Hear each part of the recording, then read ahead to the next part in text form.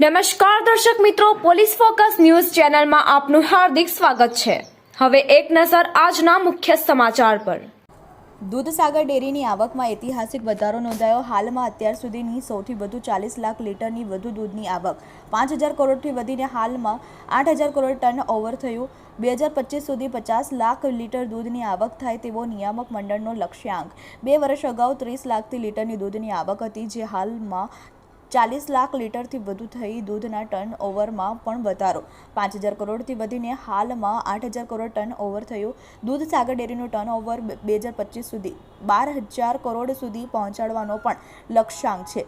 પશુપાલકોને સારો દૂધનો સારો ભાવ, પાયાની સગવડો, વેટરનિટી સગવડો સારી મળે, દાળ સારું મળે છે। મિત્રો, આવા જ અવનવા સમાચાર જાણવા માટે અમારી ચેનલને લાઈક કરો, સબસ્ક્રાઇબ કરો અને બેલ આઇકોન પર પ્રેસ કરો, જેથી અમારી ન્યૂઝની બધી જ અપડેટ આપને મળતી રહે।